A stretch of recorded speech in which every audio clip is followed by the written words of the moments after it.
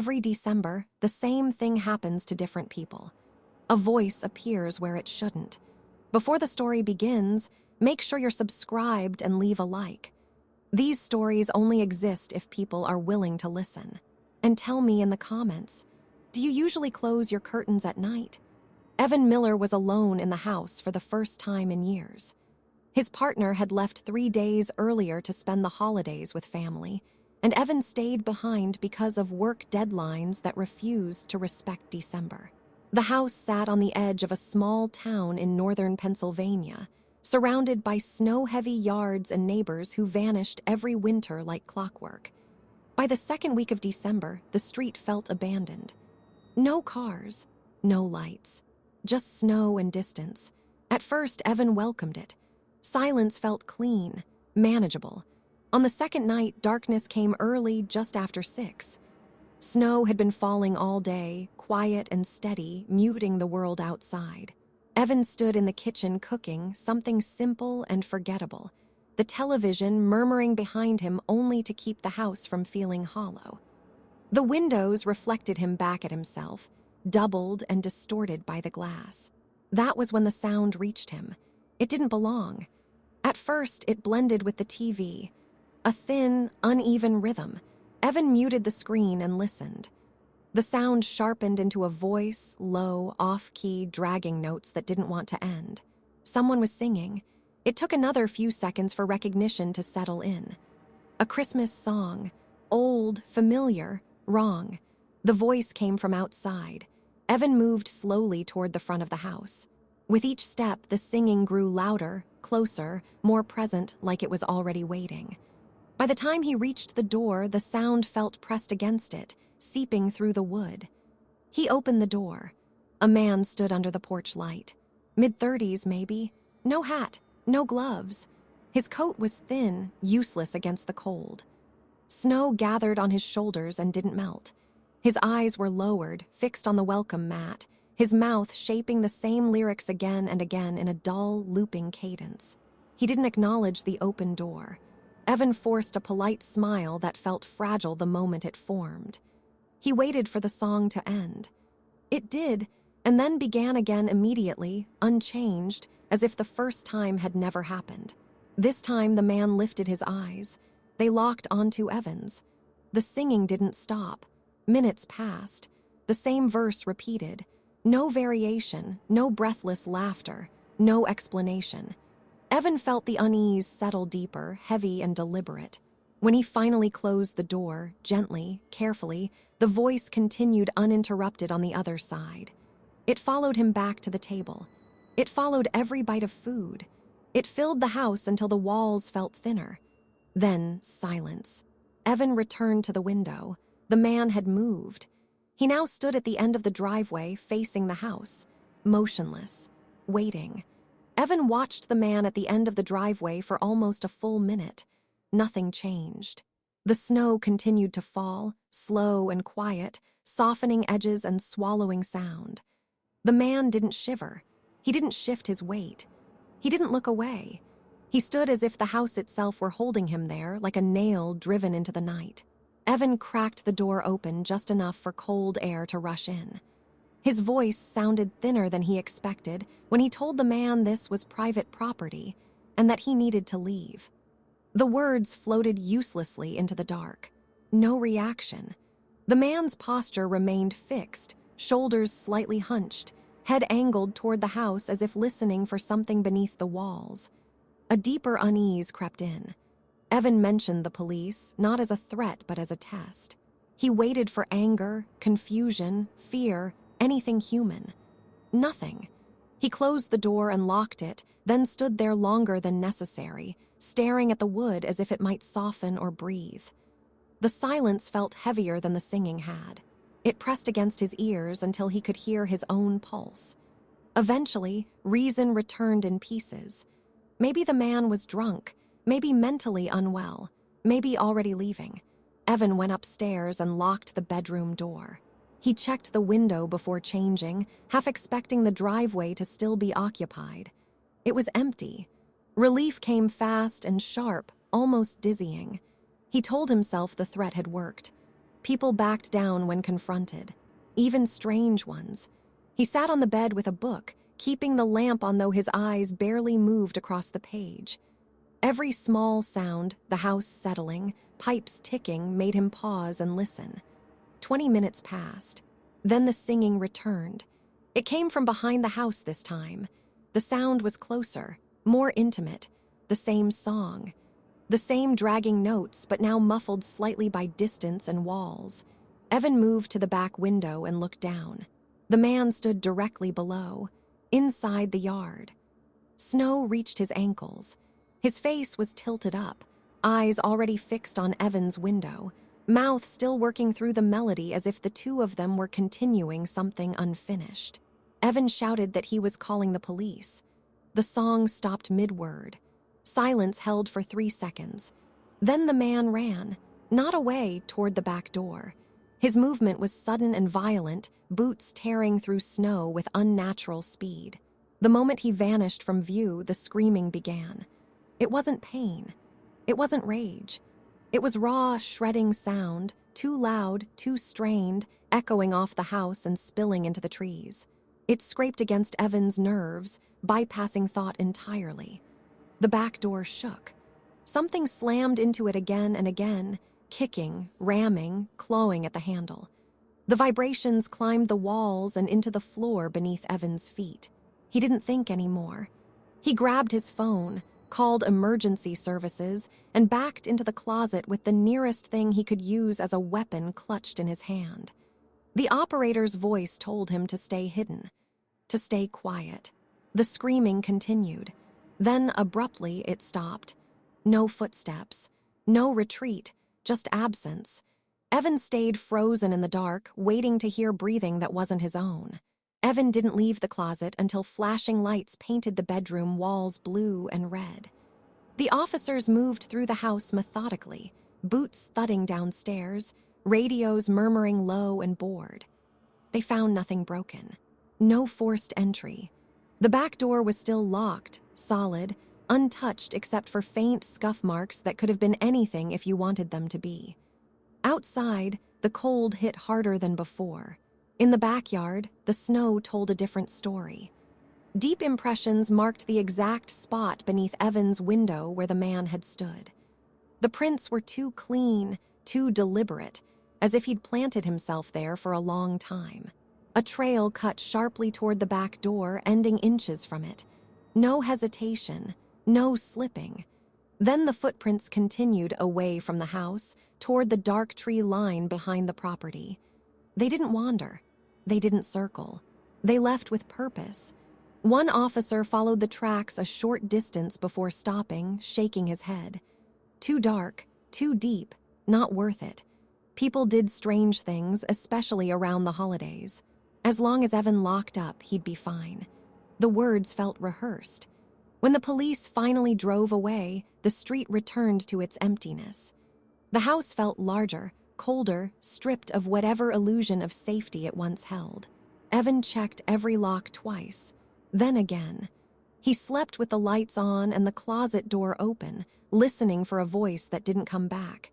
He didn't stay the rest of the week. The next morning, Evan packed a bag and left town, telling himself distance would thin the memory. That it would fade into something manageable, something finished. It didn't. Years passed. The details stayed sharp. The tone of the singing, the way the man never blinked, the certainty in his stillness. Evan moved, changed jobs, changed addresses. The house became a story he didn't tell, a thing that lived quietly in the background of his thoughts. Until the pattern revealed itself. It started with dates. Late December, early January, always cold, always dark early, always quiet places where people assumed nothing could happen. Evan began to notice how often similar stories surfaced. A man outside a window, a voice where it shouldn't be, someone watching without hiding. None of them were connected. None of them explained, but they echoed. Then came the memory that didn't belong to him. A fragment from childhood, resurfacing without permission. A crowded arena, bright lights. The feeling of being led somewhere he didn't understand by a hand that held too tightly. the sound of a voice promising help while steering him away from it. Evan hadn't been alone that night either. The realization arrived slow and unwelcome. This wasn't one incident. It was a shape that kept returning, wearing different moments, different places. Something that recognized him and remembered. Outside his current apartment, snow began to fall again, light, patient, erasing tracks almost as soon as they formed. Evan closed the curtains, knowing it wouldn't help. The memory returned in pieces Evan couldn't control. He was 8 years old again, small enough that the world rose above him in walls of noise and color. The arena smelled like grease and sugar, the air thick with heat and excitement. Lights burned overhead, too bright, too white. He remembered being overwhelmed, tugging at his coat, wanting to move instead of sit still. He remembered the crowd. That was where it had started. Evan had wandered only a short distance, no more than a few dozen steps, toward a trash bin near the edge of the concourse. He had been told to stay close. He hadn't listened. Children rarely do. The man appeared beside him without urgency. Tall, pale, dressed plainly as if trying very hard not to be noticed. His voice had been calm, low, careful, not friendly, not threatening, just certain. A hand closed around Evan's. It hadn't hurt. That was the worst part. They walked together through thinning foot traffic, away from the noise and into corridors where the sounds dulled and the air cooled. The man spoke softly, explaining things that sounded reasonable at the time, finding parents, making announcements, helping. Evan remembered how quickly the arena changed when you went the wrong direction, how the colors drained away, how the lights grew farther apart. At the highest level, the seats were empty. The concrete smelled damp. The man waited there, still holding Evan's hand, watching the space around them rather than the child himself, waiting for something else. When he finally let go, just for a moment, Evan ran. He didn't look back until he reached safety, until voices returned and adults filled his vision again. But even then, he felt it, the certainty that he had been seen leaving, allowed to leave. That night, as his family drove home, Evan stayed quiet in the back seat. His fear didn't peak until he saw headlights behind them that stayed too close for too long. A truck, dark windows, shapes inside. The horn blared suddenly, violently. Evan flinched and looked back. The truck pulled alongside them for a brief moment. He saw the driver's profile illuminated by passing streetlights. He knew that face, older than before, thinner, smiling faintly. When the truck finally sped ahead, no one spoke of it again. They should have. Years later, the memory expanded, details sharpened. The late-night light outside his childhood bedroom window. The beam sweeping slowly, deliberately across the glass. The way it paused when it found him awake. The note came much later, taped to the same window on another winter night. Simple paper, careful handwriting. Next year opens another door. The police dismissed it. Time buried it. But time hadn't erased it. Now, sitting alone as snow pressed against his apartment windows, Evan understood something he hadn't before. He hadn't been chosen at random. He had been followed. The last memory surfaced with the smell of sap and cold metal. Evan was older then, married. A child of his own, young enough to believe the forest was friendly.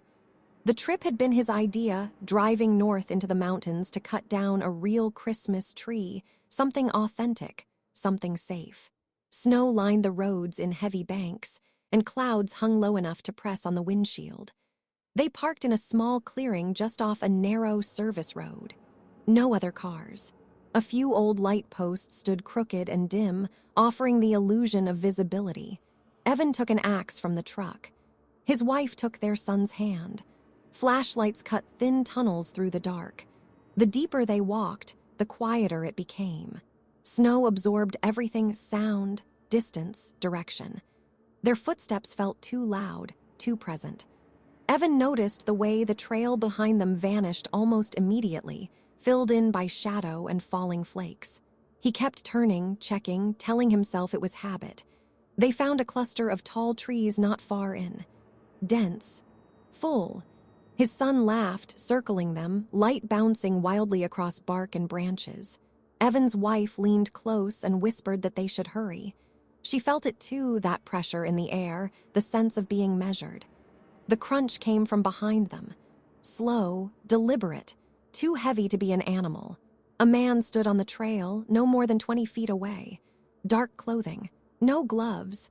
His jacket was thin and frayed, wrong for the cold. His face looked stiff, pale, as if it had forgotten warmth. He smiled when he realized he'd been seen. He stepped closer. Evan didn't remember hearing his approach, only noticing the distance shrinking. His wife pulled their son back. The man spoke softly, asking if they were looking for a tree. The voice was familiar in a way Evan couldn't immediately place.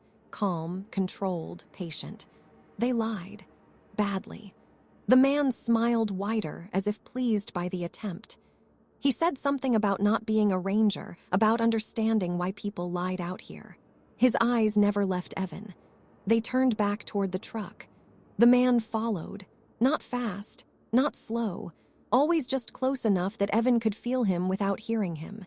Each time Evan glanced back, the gap had narrowed slightly, impossibly. No sound of rushing, no breath. When the clearing finally came into view, Evan told them to run. His wife lifted their son and sprinted. Evan turned, axe in hand, blocking the path for a heartbeat longer than he should have. The man stopped, raised his hands halfway, smiled. He told Evan to get back to the truck. He knew what they drove. When Evan reached the clearing, the truck sat wrong. Both tires on one side were flat, slashed clean through. The forest pressed closer at the edges, watching. Figures appeared at the tree line. Not one. More. They stood still at first, just shapes against darker shapes, then began to move slowly, confidently, as if time belonged to them. A voice on the phone told Evan to be ready, to defend his family if necessary. The figures stopped when sirens broke the air. They scattered into the trees without panic, without urgency, disappearing into paths they already knew. The police found only footprints, and Evan knew then, truly knew, that the forest hadn't been empty when they arrived. It never was. Evan sat in the dark long after the memories finished playing. The apartment felt smaller now, like the walls had moved in while he wasn't looking. The heater clicked on and off with a tired, metallic sound, and every cycle felt like a countdown. Outside, the snow kept falling, patient and methodical, burying the street until it looked untouched. He didn't turn on the TV. Noise wouldn't help. Noise made it easier to miss the wrong sound. He checked the locks once, then again. Then he stood with his hand on the deadbolt, feeling the slight vibration of the building, the distant movement of other tenants, and realizing how fragile other people nearby really was. Proximity didn't equal safety. It just meant more doors, more corners. Evan tried to work the next day and failed. His eyes kept drifting to the window, to the thin seam between curtain and frame. By late afternoon, he found himself watching the snowfall like it was a screen that might reveal a shape if he stared hard enough. At 6:17 p.m., his phone buzzed with a notification he didn't recognize. No sender name. No number, just text. You learned to close curtains. His thumb hovered over the screen. The message wasn't threatening in the normal way. It didn't demand. It didn't warn. It stated. Like an observation made by something that had been present for the lesson. He blocked it. A minute later, another message appeared from a different number. You still look. Evan's throat tightened. He checked his call log, his settings, anything to prove there was a normal explanation. There wasn't. His phone didn't show the usual metadata, the usual neat trail. It felt like being whispered at through a wall. He turned the phone off completely and sat with it face down, like it might vibrate again just from being watched. By nightfall, the building's hallway sounds faded. Doors shut. Footsteps stopped. The world narrowed to his unit, his breathing, the faint hiss of the radiator. Then, softly, came a sound from the corridor. Not footsteps, not voices. A faint, dragging melody, uneven, off-key, slow. Evan stood so fast the chair scraped. The song drifted under the door, almost too quiet to identify. Almost. But it was the same tune he'd heard years ago outside a different house. The same wrong pace. The same insistence. He didn't approach the door at first. He couldn't. His body refused. The air felt thick, as if the apartment had filled with damp wool. When he finally moved, it was with the careful steps of someone crossing thin ice. He pressed his ear near the door. The singing continued. He looked through the peephole. At first, the corridor was empty. Then the motion registered, not a person moving into frame, but something already there shifting slightly as if it had been standing too close to the door for the peephole to capture properly. A coat sleeve, thin fabric, bare hand. The hand lifted and touched his doorknob. It didn't twist. It rested there still, as if listening for the mechanism inside. As if learning the exact shape of the lock through contact. Then the hand slid away slowly, leaving nothing visible. The singing stopped. Evan remained frozen, staring through the peephole, waiting for the familiar scream, the pounding, the violence. Instead, a gentle knock came from inside the wall behind him. Not from the door, from the apartment's interior wall. 3 taps, evenly spaced. Then silence. Evan turned his head toward the sound like he didn't want to. Like he already knew what he'd see if he looked too quickly. He didn't see anything, but he could feel the room was no longer empty. Evan didn't sleep. Time lost its structure after midnight. Minutes stretched, collapsed, repeated. The apartment held its breath. The radiator stopped clicking. Even the snow outside seemed to pause, suspended in the dark like the world was waiting for a decision. The knocking came again at 2:41 a.m. 3 taps. Same wall. Same spacing. Evan stood in the center of the room, barefoot on cold floorboards, realizing something with nauseating clarity. The sound wasn't coming through the wall. It was coming from within it. He backed away slowly, eyes fixed on the blank stretch of paint where the taps had originated. The surface looked normal. Too normal. But the air around it felt wrong, denser, stale, carrying a faint smell like damp fabric left too long in a closed space. Then the wall changed. Not visibly. Not at first. A pressure formed, subtle and rounded, as if something on the other side leaned forward. The paint creaked. A shallow impression appeared, then receded, then appeared again, closer to the height of a face. Evan understood then. There had never been multiple men. There had never been a group. There had only ever been access points. The porch, the arena, the forest, the window, the hallway, places where people assumed safety because of familiarity. The thing behind the wall knocked again. This time, it used a different rhythm. Recognition washed over Evan like ice water. The same rhythm he'd heard years ago, not sung, but breathed between verses of a carol. The pattern that never quite matched the song. His phone, still powered off, lit up on the table. The screen turned on by itself. One final message appeared. "You're older now. You can open IT yourself." The wall exhaled. A seam formed where no seam should be, thin as a thread, running vertically from floor to ceiling. Darkness pressed through it, deeper than shadow, carrying that same patient presence Evan had felt his entire life. He didn't scream. He didn't run. Some part of him, the part that had been watched grow, knew this moment had always been scheduled. The seam widened, and from within the wall something began to hum. Not jingle bells, something older. Something that sounded like home, if home had never wanted him to leave.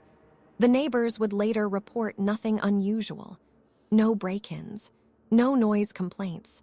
Just an empty apartment and a door that didn't exist before, sealed shut from the inside.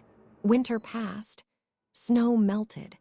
But every December, someone in that building hears singing where the walls are thinnest, and feels the sudden urge to check the locks, close the curtains, and wonder when the watching actually began. If this story got under your skin, subscribe and like, more are coming.